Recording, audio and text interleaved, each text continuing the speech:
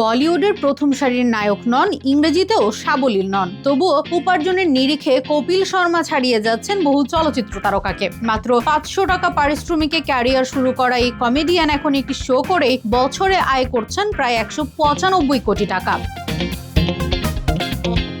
পাঞ্জাবের এক মধ্যবিত্ত পরিবার থেকে উঠে এসে গায়ক হওয়ার স্বপ্নে মুম্বাই পাড়ি জমিয়েছিলেন কপিল শর্মা। সময় বদলেছে, স্বপ্নও ঘুরেছে পথে, কিন্তু পরিশ্রম আর প্রতিভার জোরে তিনি হয়ে উঠেছেন ভারতের সবচেয়ে জনপ্রিয় কৌতুক শিল্পীদের একজন।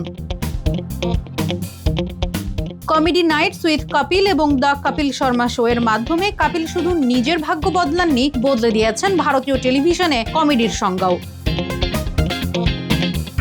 বর্তমানে টিভির গণ্ডি পেরিয়ে ওটিটিতেও জনপ্রিয় তার অনুষ্ঠান দ্য কপিল শর্মা শো। ইতোমধ্যেই 3য় সিজনে পা দিয়েছে এই শো। চলতি বছরের 21 জুন থেকে শুরু হয়েছে নতুন সিজনের সম্প্রচার।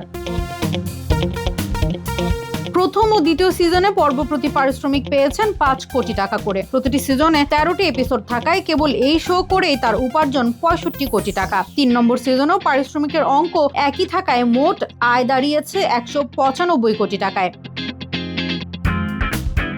শুধু মঞ্চে নয়, বাস্তব জীবনেও সদা হাস্যোজ্জ্বল কপিল শর্মা বর্তমানে ভারতের অন্যতম জনপ্রিয় সঞ্চালক। 1 দশকের বেশি সময় ধরে তিনি বিনোদন দুনিয়ায় রাজত্ব করেছেন।